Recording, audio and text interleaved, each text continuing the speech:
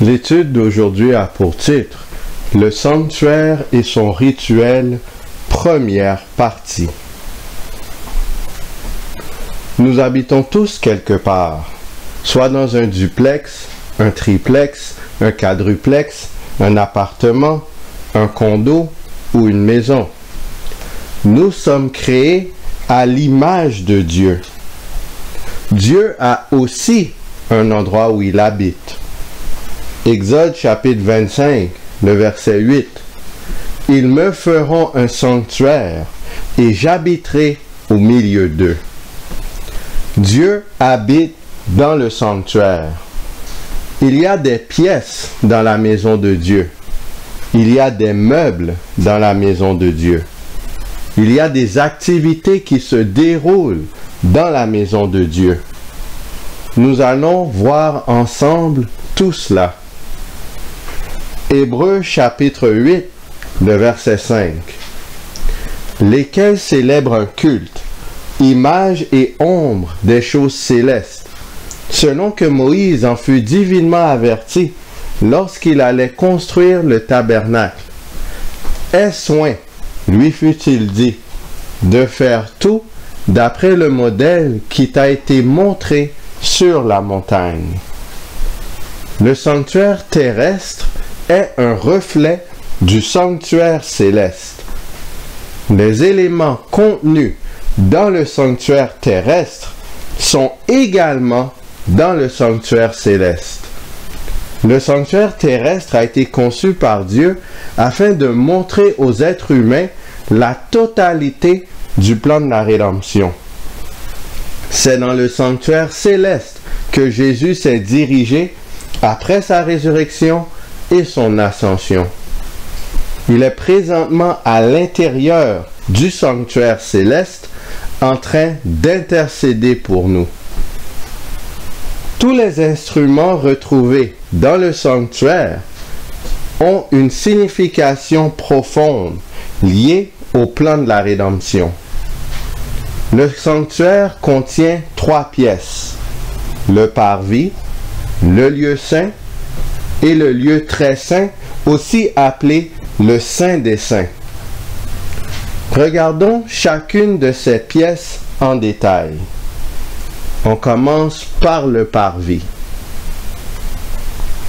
Dans le parvis du sanctuaire, à l'extérieur de la tente, il y a 2 meubles, l'autel des holocaustes et la cuve d'airain. Lévitique chapitre 4, les versets 25 et 26. Le sacrificateur prendra avec son doigt du sang de la victime expiatoire. Il en mettra sur les cornes de l'autel des holocaustes, et il répandra le sang au pied de l'autel des holocaustes. Il brûlera toute la graisse sur l'autel, comme la graisse du sacrifice d'action de grâce. C'est ainsi que le sacrificateur fera pour ce chef l'expiation de son péché, et il lui sera pardonné. Des sacrifices étaient consumés sur cet autel, et l'aspersion du sang expiatoire était faite sur les cornes. Que représente l'autel des holocaustes? 1 Jean chapitre 2, les versets 1 et 2. Mes petits enfants, je vous écris ces choses afin que vous ne péchiez point. Et si quelqu'un a péché, nous avons un avocat auprès du Père, Jésus-Christ le juste. Il est lui-même une victime expiatoire pour nos péchés, non seulement pour les nôtres, mais aussi pour ceux du monde entier. 1 Jean chapitre 4, le verset 10. Et cet amour consiste, non point en ce que nous avons aimé Dieu, mais en ce qu'il nous a aimés et a envoyé son Fils comme victime expiatoire pour nos péchés. La victime expiatoire est Jésus-Christ, l'ultime sacrifice. L'autel des holocaustes représente ainsi la croix du calvaire. Exode chapitre 30, les versets 18 à 21. Tu feras une cuve d'airain avec sa base d'airain pour les ablutions. Tu la placeras entre la tente d'assignation et l'autel, et tu y mettras de l'eau, avec laquelle Aaron et ses fils se laveront les mains et les pieds. Lorsqu'ils entreront dans la tente d'assignation, ils se laveront avec cette eau, afin qu'ils ne meurent point. Et aussi, lorsqu'ils s'approcheront de l'autel pour faire le service et pour offrir des sacrifices à l'Éternel, ils se laveront les mains et les pieds, afin qu'ils ne meurent point. Ce sera une loi perpétuelle pour Aaron, pour ses fils et pour leurs descendants. La cuve d'airain est un large lavabo rempli d'eau, duquel les prêtres se lavaient les mains et les pieds. Que symbolise le lavage des mains et des pieds? Romains chapitre 6, les versets 2 à 4. Loin de là, nous qui sommes morts au péché, comment vivrions-nous encore dans le péché? Ignorez-vous que nous tous qui avons été baptisés en Jésus-Christ, c'est en sa mort que nous avons été baptisés? Nous avons donc été ensevelis avec lui par le baptême en sa mort, afin que, comme Christ est ressuscité des morts par la gloire du Père, de même nous aussi, nous marchions en nouveauté de vie.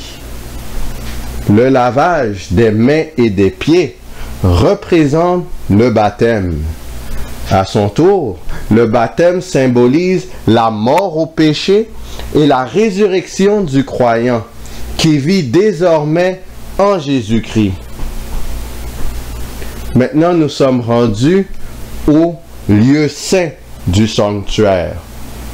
Il y a 3 éléments importants, 3 meubles du sanctuaire dans le lieu saint: la table des pains de proposition, le chandelier d'or et l'autel des parfums. Regardons chaque meuble en détail.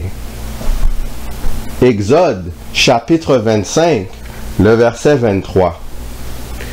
Tu feras une table de bois d'acacia. Sa longueur sera de 2 coudées, sa largeur d'1 coudée, et sa hauteur d'1 coudée et demie. Exode chapitre 25, le verset 30. Tu mettras sur la table des pains de proposition continuellement devant ma face. Le sacrificateur devait s'assurer qu'il y avait toujours du pain sur la table des pains de proposition. Que représente le pain?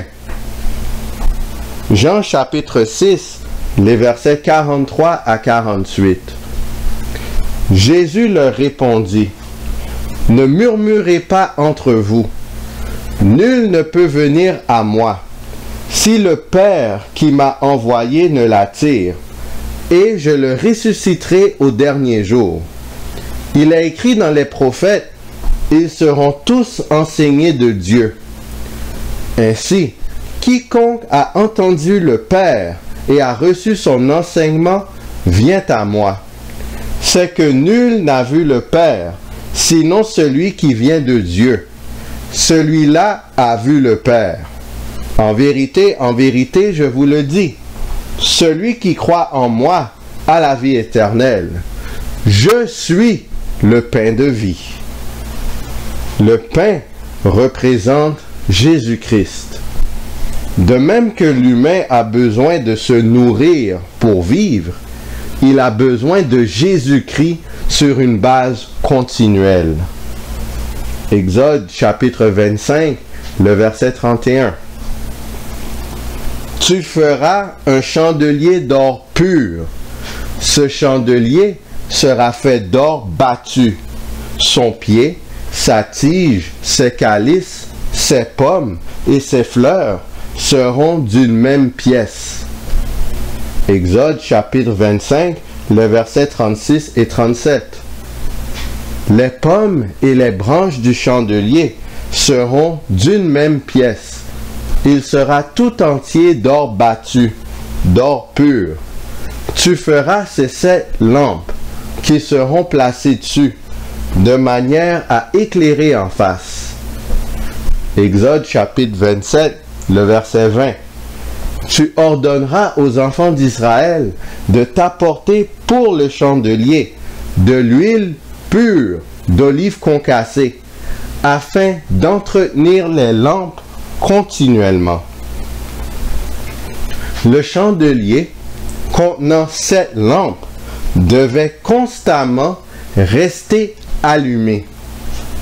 Les lampes étaient alimentées par de l'huile pure d'olive. Que représente la lumière qui est générée par le chandelier? Jean chapitre 8, le verset 12. Jésus leur parla de nouveau et dit: Je suis la lumière du monde. Celui qui me suit ne marchera pas dans les ténèbres, mais il aura la lumière de la vie. La lumière symbolise Jésus-Christ. C'est grâce à Christ que nous pouvons sortir des ténèbres spirituelles pour nous diriger vers la lumière de vie. Que représente l'huile qui rentre dans les conduits et alimente les lampes continuellement? Zacharie chapitre 4, les versets 1 à 4. L'ange qui parlait avec moi revint, et il me réveilla comme un homme que l'on réveille de son sommeil. Il me dit: Que vois-tu? Je répondis: Je regarde et voici, il y a un chandelier tout d'or, surmonté d'un vase et portant 7 lampes, avec 7 conduits pour les lampes, qui sont au sommet du chandelier. Et il y a près de lui 2 oliviers, l'un à la droite du vase et l'autre à sa gauche. Et reprenant la parole, je dis à l'ange qui parlait avec moi: Que signifient ces choses, mon Seigneur? Zacharie chapitre 4, les versets 5 et 6. L'ange qui parlait avec moi me répondit: Ne sais-tu pas ce que signifient ces choses? Je dis: Non, mon Seigneur. Alors il reprit et me dit: C'est ici la parole que l'Éternel adresse à Zorobabel. Ce n'est ni par la puissance, ni par la force, mais c'est par l'Esprit, dit l'Éternel des armées. Actes chapitre 10, verset 38. Vous savez comment Dieu a oint du Saint-Esprit et de force Jésus de Nazareth, qui allait de lieu en lieu, faisant du bien et guérissant tous ceux qui étaient sous l'empire du diable, car Dieu était avec lui. L'huile d'olive représente le Saint-Esprit, duquel Jésus fut animé tout au long de son ministère terrestre. Exode chapitre 30, les versets 1, 7 et 8. Tu feras un autel pour brûler des parfums. Tu le feras de bois d'acacia. Tu placeras l'autel en face du voile qui est devant l'arche du témoignage, en face du propitiatoire qui est sur le témoignage, et où je me rencontrerai avec toi. Aaron y fera brûler du parfum odoriférant. Il en fera brûler chaque matin, lorsqu'il préparera les lampes. Il en fera brûler aussi entre les 2 soirs, lorsqu'il arrangera les lampes. C'est ainsi que l'on brûlera à perpétuité du parfum devant l'Éternel parmi vos descendants. Le souverain sacrificateur avait comme tâche de brûler les parfums à l'autel chaque matin et chaque soir. Que symbolisent les parfums? Psaume 141, les versets 1 et 2. Éternel, je t'invoque, viens en hâte auprès de moi. Prête l'oreille à ma voix quand je t'invoque. Que ma prière soit devant ta face comme l'encens et l'élévation de mes mains comme l'offrande du soir. Apocalypse chapitre 5, le verset 8. Quand il eut pris le livre, les 4 êtres vivants et les 24 vieillards se prosternèrent devant l'agneau, tenant chacun une harpe et des coupes d'or remplies de parfums, qui sont les prières des saints. Les parfums représentent les prières des saints. Jean chapitre 14, les versets 12 à 14.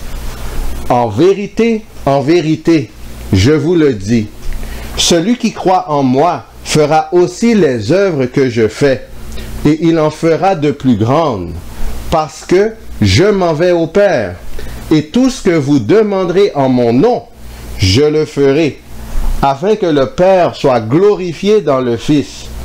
Si vous demandez quelque chose en mon nom, je le ferai. Le sacrificateur présentant les parfums illustre Jésus présentant les prières des saints à son Père dans le sanctuaire céleste. En ce sens, l'autel des parfums est l'autel d'intercession. Jésus est ainsi au centre de tous les meubles du lieu saint. Nous sommes maintenant parvenus au lieu très saint. Regardons ce qu'il y a dans le lieu très saint. Exode chapitre 25, les versets 1, 10 et 16. L'Éternel parla à Moïse et dit: Ils feront une arche de bois d'acacia.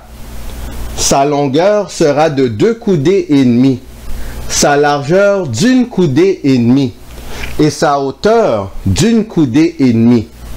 Tu mettras dans l'arche le témoignage que je te donnerai.